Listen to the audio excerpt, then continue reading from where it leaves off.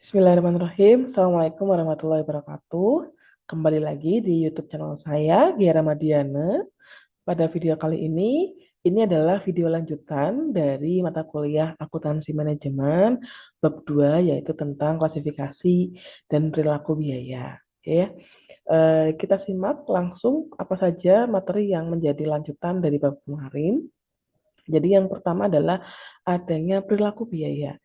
Seperti yang sebelumnya, pada video sebelumnya, bahwa klasifikasi biaya itu ada berdasarkan perilaku biaya. Jadi kalau perilaku biaya itu adalah kita bisa menaksir biaya-biaya apa saja di masa yang akan datang dalam rangka pengambilan keputusan. Jadi kita bisa menekan mana saja biaya yang penting ya dan biaya yang tidak gitu. Nah, seperti kita tahu, untuk penggolongan biaya berdasarkan perilaku biaya itu ada tiga, yaitu biaya tetap, biaya variabel, dan biaya semi variabel atau campuran. Yang mana kalau kita mau tahu total biaya yang dikeluarkan oleh perusahaan, itu adalah akumulasi dari semua biaya, ya, baik biaya tetap ya maupun biaya variabel atau semi variabel. Nah, di sini ada contohnya. Kita simak untuk contohnya di sini. Nah, jadi contoh ketika kita mau memproduksi suatu produk. Dicontohkan di sini, untuk membuat 1.000 produk kaos dibutuhkan biaya sebagai berikut. Ada biaya gaji karyawan kantor 5 juta. Kalau biaya gaji berarti masuk pada kategori tetap atau variabel.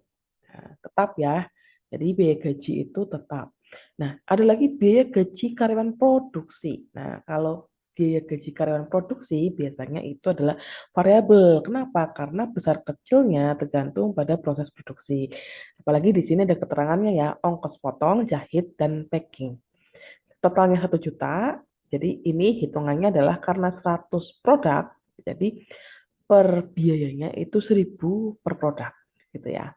Kemudian ada biaya bahan baku kaos dan benang. Nah, biaya bahan baku kaos dan benang ini masuk pada kategori biaya variabel sejumlah 20 juta.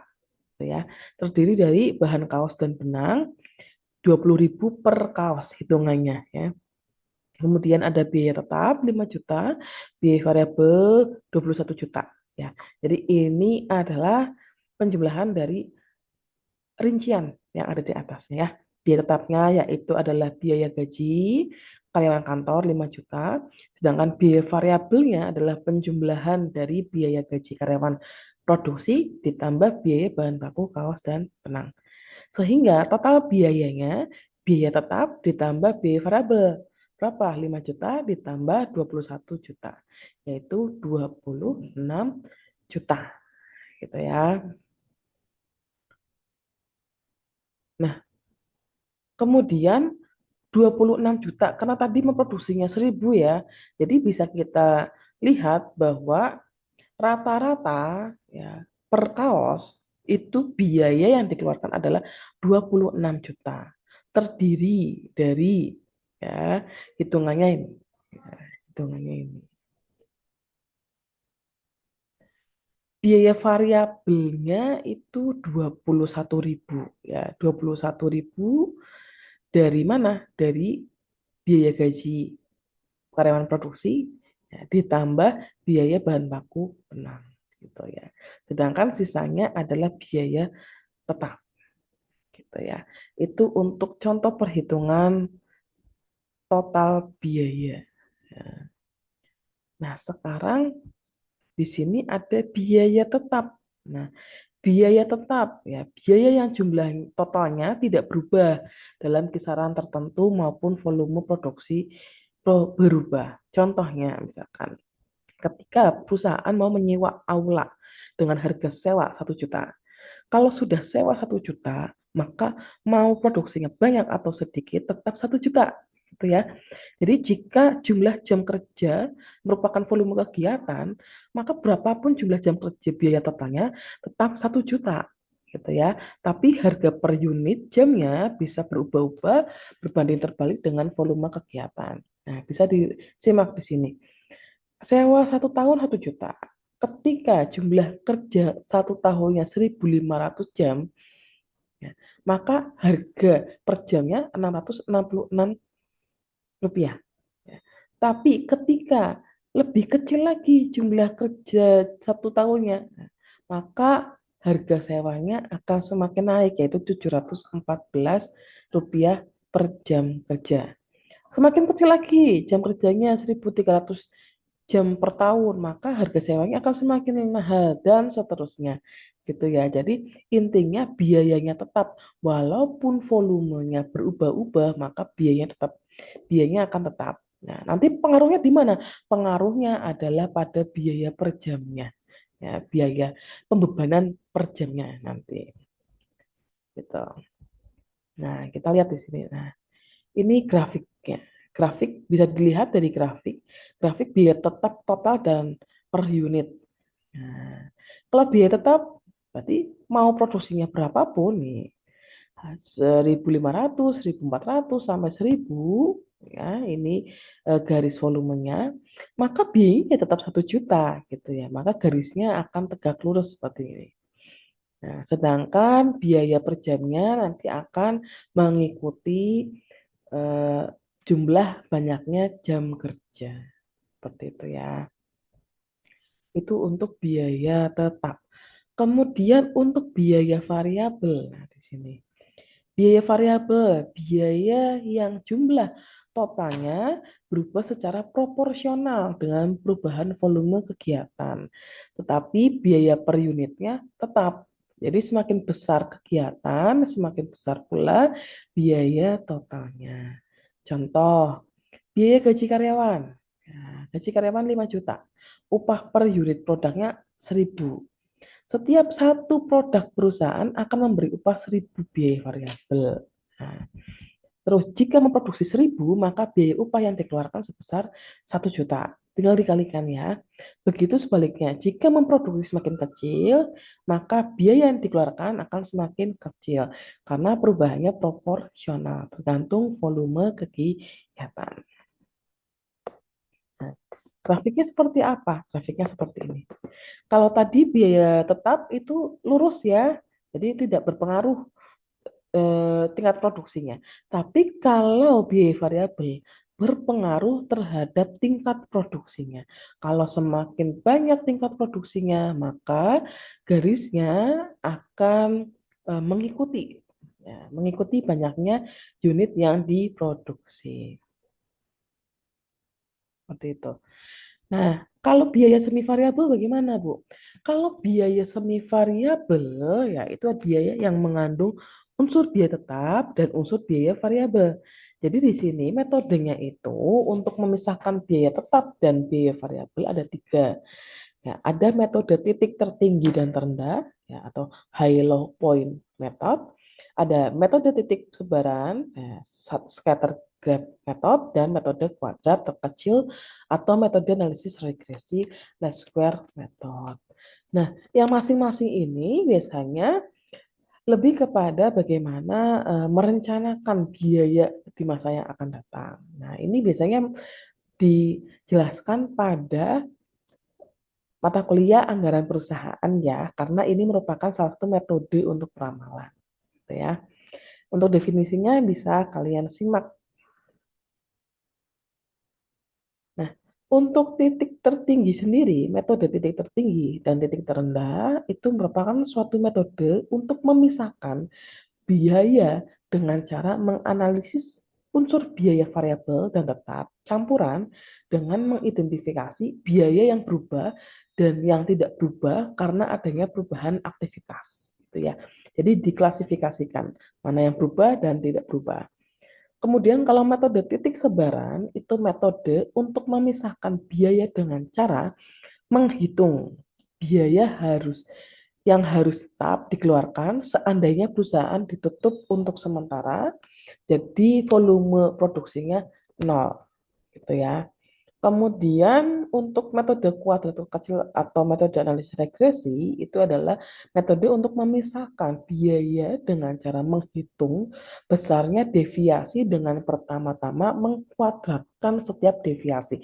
Nah, ini ada rumusnya nih. ya. Kemudian menjumlah deviasi kuadrat tersebut sebagai ukuran kedekatan keseluruhan. Jadi ini ada rumus matematisnya seperti itu ya.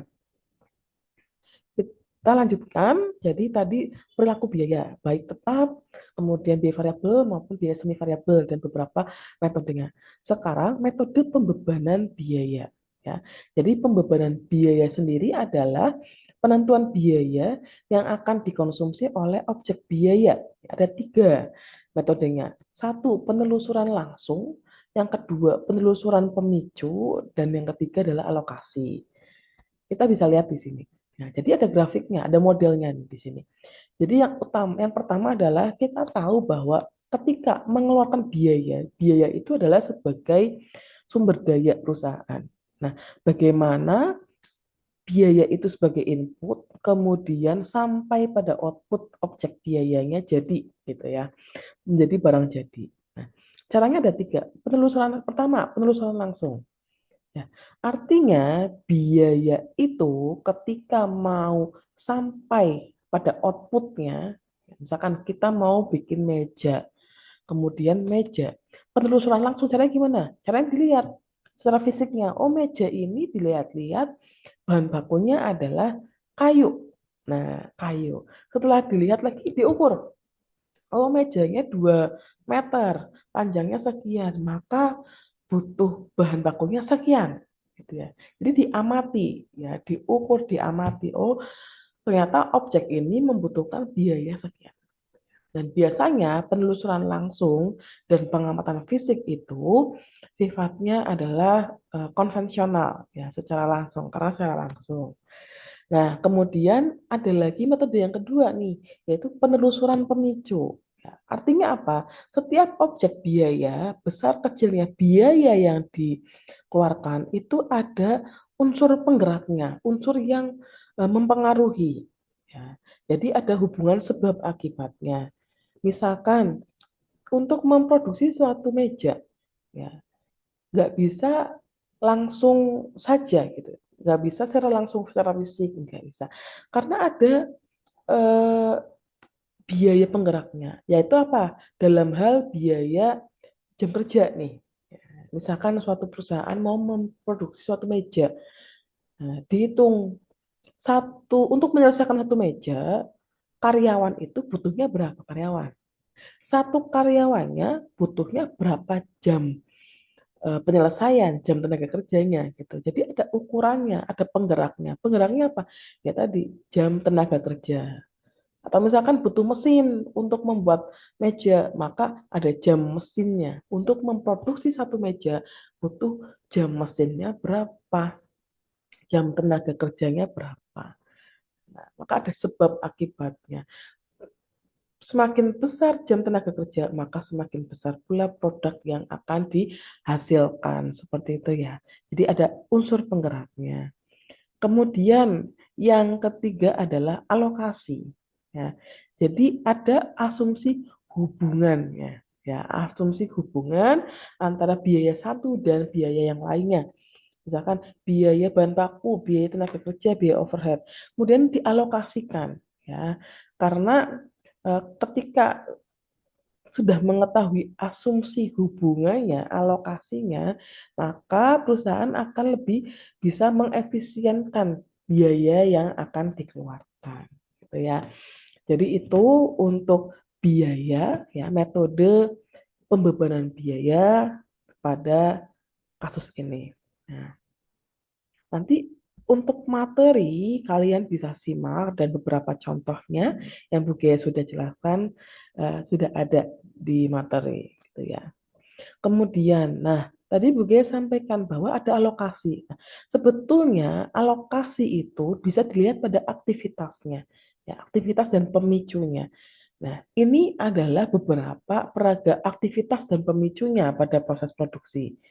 Misalkan aktivitasnya, nah, ini gambarannya. Aktivitasnya kalau pengesetan peralatan biasanya itu merangkai, ya, merangkai peralatan. Biaya pemicunya adalah jumlah yang dirangkai, gitu ya. Kemudian pemindahan bahan, ya. Pemicunya adalah jumlah pemindahannya. Kemudian apalagi nih yang paling bawah? aktivitas membungkus barang. Ya, membungkus berapa? Jadi pemicunya adalah jumlah kotaknya berapa, gitu ya. Listrik, penyediaan listrik. Pemicunya jumlah kilowatt listriknya berapa, gitu. Jadi ini adalah contoh-contoh aktivitas yang ada di dalam perusahaan dan pemicunya, gitu ya. Nah, kemudian pemicu biaya yang baik dapat diukur yang memiliki karakteristik sebagai berikut. Satu, biaya yang baik itu bisa diukur, perusahaan bisa mengukur besarnya pemicu biaya dengan mudah. Ya, misalkan eh, kalau memproduksi satu unit meja, ya karena pakai mesin, butuhnya listriknya berapa? Nah, berapa kilowatt mesin yang dibutuhkan gitu ya. Kalau memproduksi 1.000 meja, maka penyediaan listriknya berapa? Itu bisa diukur. Itu klasifikasi pemicu biaya yang baik yang pertama gitu ya. Kemudian yang kedua dapat dikendalikan. Jadi besar kecilnya pemicu biaya bisa dikelola oleh manajemen. Kemudian pemicu biaya yang baik seperti apa ya? Sederhana. Nah, jadi pemicu biaya bukan merupakan data yang kompleks, gitu ya. Kemudian yang keempat adalah berhubungan dengan objek biaya. Ada hubungan sebab akibat antara pemicu biaya dan objek biayanya. Seperti itu.